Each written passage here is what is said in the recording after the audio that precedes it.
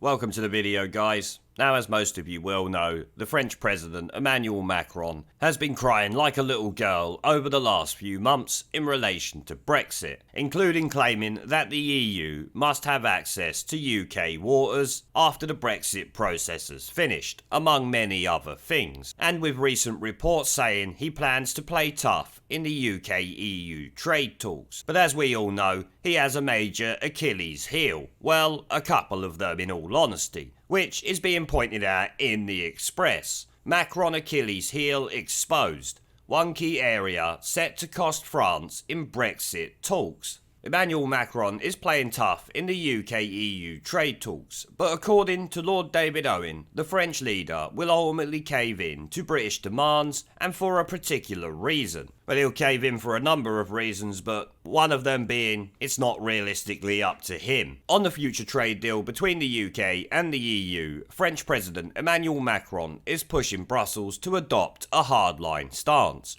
Before the negotiations started last week, the French government made clear to the EU's chief negotiator Michel Barnier that he had to push for stronger commitments on regulatory alignments in return for maintaining free trade. Moreover, France is demanding Britain to grant EU countries access to UK waters for 25 years after Brexit in exchange for the FTA with the bloc.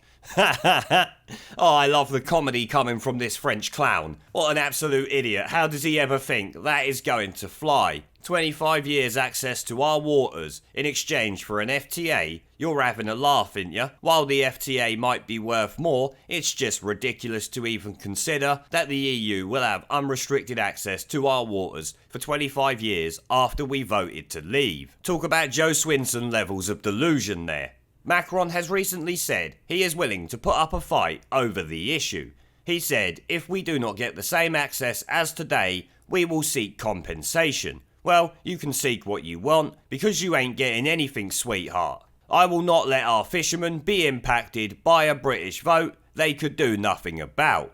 Well, the thing about that is, we're a sovereign country with our own sovereign waters. You don't have a bloody say in it, nor does your fisherman, and nor does Brussels. The government are saying that it's not going to happen, so it's not going to happen. Because if they do, they will find themselves in some pretty deep water with the electorate in this country. So your fishermen will be impacted by a British vote that they could do nothing about because the people of this country have spoken. How you can stand there and say, I will not let our fishermen be impacted by a British vote they could do nothing about is just incredible. And we're about to see another reason why here. Despite his hardline stance, in an interview with Express.co.uk, Lord David Owen explained why the French leader will ultimately have to cave in to British demands and pinpointed his Achilles heel. The former Foreign Secretary and SDP co-founder said, over time, Macron will be tempted to create difficulty in the trade talks. And you know what we will do? We will move fewer lorries through Calais.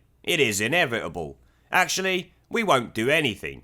Companies will start realising it on their own. The Brexiteer noted there are going to be queues for ages. They will go off to new ports on the east coast and they will be expanding, something which we heard about a few months ago. It won't be long before the Calais region, which is left, realises that there will be less traffic going through there. It is bound to happen. No sensible company will want to queue down the M25. Forget about that. And I can fully understand it, living in London. I've been on the M25 enough times to know that you want to try and avoid it, if at all possible. There is going to be an investment in more East Coast ports and free ports. The extent to which Calais loses out will depend on French attitudes during the talks, so it will depend on Emmanuel Macron. And given the way that he's being now, it's very likely that a lot of British companies will use other ports, possibly going into the Netherlands instead. And to be honest, I hope they do, just to screw over this French pussy. Prime Minister Boris Johnson is currently planning to create duty-free ports in the east and north of England. Goods entering free ports are exempt from import taxes and tariffs and often benefit from simplified regulations, helping bring economic success to locations such as Singapore and Hong Kong.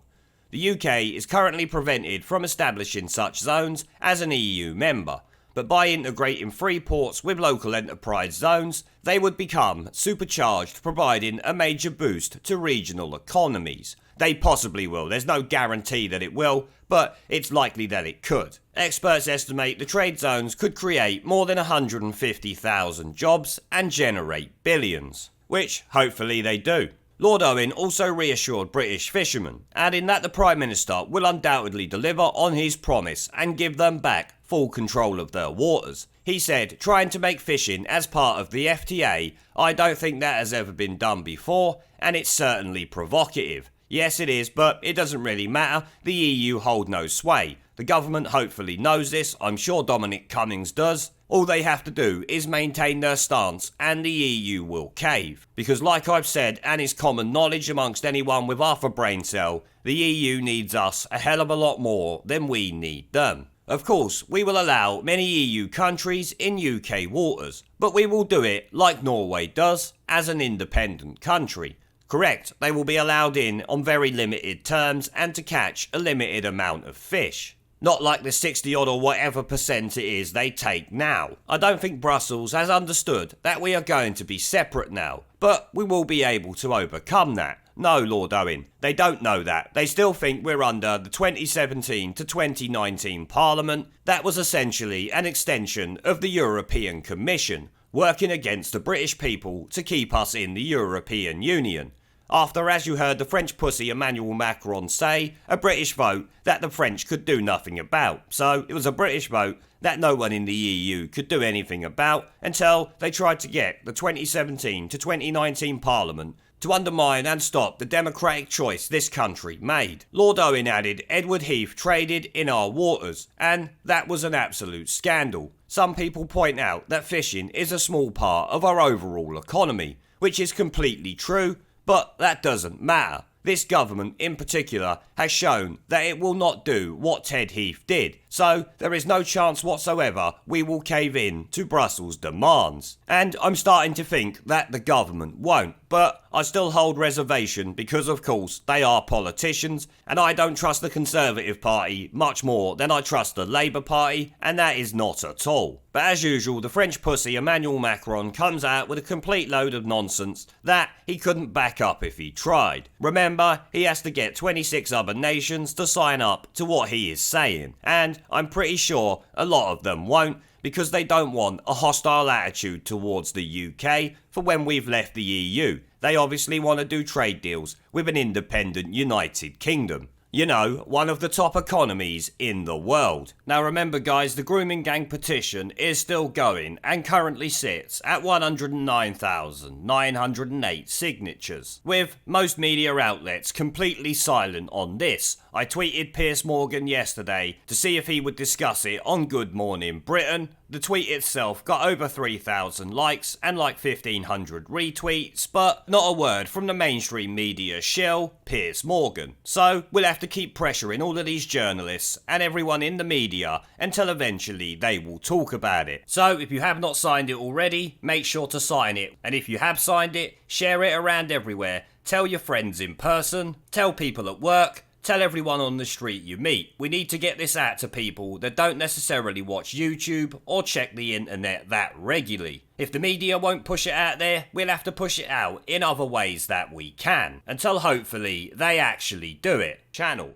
If you would like to come and join me for a live stream to chat in real time, have an interest in gaming related content on YouTube, or just want to follow me over there because you are a legend, the link will be down in the video description below and as a pinned comment. I hope to see you all there. Now as always, before I go, I want to thank our PayPal, Patreon, Subscribestar and YouTube members for supporting the channel, along with everyone who watches my videos. Remember to let me know what you guys think down in the comment section below. Leave a like, subscribe with the notification bell and share this video as it helps the channel a lot. And I will see you all in the next one. There is a pattern consistent throughout history of oppressed people turning on the oppressors. Slaves against their owners, the peasantry against the feudal barons, colonies, Mr. Verhofstadt, against their empires. And that is why Britain is leaving. And it doesn't matter which language you use, we are going and we are glad to be going. We're off.